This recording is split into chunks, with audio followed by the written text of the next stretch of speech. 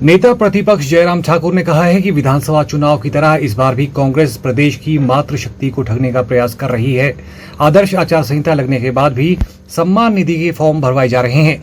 ये फॉर्म भी विधानसभा चुनावों में भरवाए गए फॉर्म की तरह ही है। सरकार को पहले विधानसभा चुनाव में भरवाए गए फॉर्म का जवाब देना चाहिए।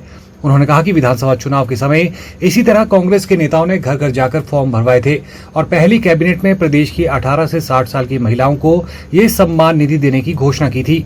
वहीं सरकार बनने के बाद न जाने कितनी कैबिनेट बैठकें हो गई, लेकिन सरकार को अपनी इस गारंटी की याद नहीं आई। लेकिन जैसे ही पता चला कि एक हफ्ते के भीतर ही आचार संहिता लगने वाली है, बिना बजट के प्रावधानों की ही फिर से सम्मान निधि का फॉर्म भरवाया जाने लगा। पिछली बार की तरह इस बार भी कांग्रेस के मंसूबे कामयाब नहीं होंगे। उन्होंने कहा कि इस बाबत उन्होंने मुख्य निर्वाचन अधिकारी से मिलकर इस पूरे प्रकरण पर कार्रवाई करते हुए इसे तत्काल प्रभाव से रोकने की मांग की है। जयराम ठाकुर ने कहा कि ये सरकार लोकप्रियता पहले ही खो चुकी थी और अब अपना बहुमत भी खो चुकी है। लोकतंत्र का सबसे बड़ा त्योहार लोकसभा के चुनाव की तारीखें 16 तारीख को घोषित हो चुकी हैं और स्वाभाविक रूप से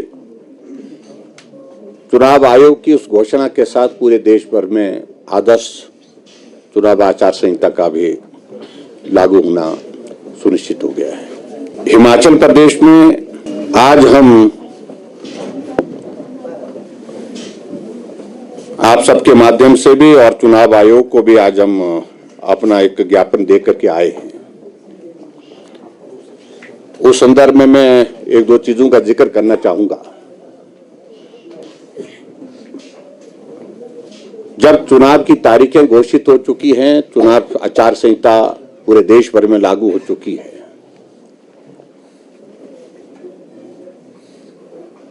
लेकिन उसके बावजूद भी हिमाचल प्रदेश सरकार की ओर से खुलेआम आदर्श चुनाव आचार संहिता का उल्लंघन करने की दृष्टि से एक नहीं अनेकों घटनाएं हमारे सामने आ रही हैं। और सबसे बड़ी घटना जिसका मैं जिक्र आज आपके सामने करना चाहूंगा,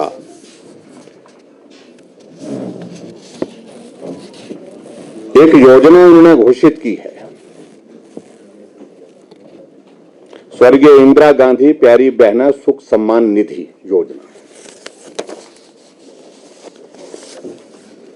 अभी हिमाचल प्रदेश में बजट सत्र था, बजट पारित हुआ और बजट किस प्रकार से पारित हुआ ये सब आपको जानकारी है। भारतीय जनता पार्टी के 15 विधायकों का निलंबन करने के बाद बजट का पारण हुआ। अभिप्राय इसका सीधा है कि हिमाचल प्रदेश में वर्तमान कांग्रेस की सरकार के पास बहुमत नहीं है और अभी बजट पारित करने के बाद 5 दिन बाद मुख्यमंत्री जी को ध्यान में आया कि हिमाचल प्रदेश में क्या पूरे देश भर में लोकसभा के चुनाव हैं। एक प्रेस कॉन्फ्रेंस का आयोजन किया जाता है और 5 मिनट की उस प्रेस कॉन्फ्रेंस में घोषणा कर दी जाती है, हिमाचल प्रदेश की सभी महिलाओं को 1500 रुपए 1 अप्रैल के बाद हम देने की घोषणा करते हैं। 5 दिन पहले बजट पारित हुआ। बजट के अगर हर मद में अगर आप देखें तो बजट प्रावधान उस स्कीम के अंतर्गत है ही नहीं, जिक्र ही नहीं है। लेकिन उसके बावजूद चुनाव आ गए और चुनाव आ गए तो चुनाव जीतना है। फिर से झूठ बोल करके किस सेक्शन को हम टारगेट करें, टारगेट करने के लिए वही सेक्शन ढूंढा जिस सेक्शन के साथ, यानी कि हमारी माताओं बहनों के साथ जो झूठ बोल करके विधानसभा के चुनाव में जो काम किया, उसी काम को फिर से करने की कोशिश की है।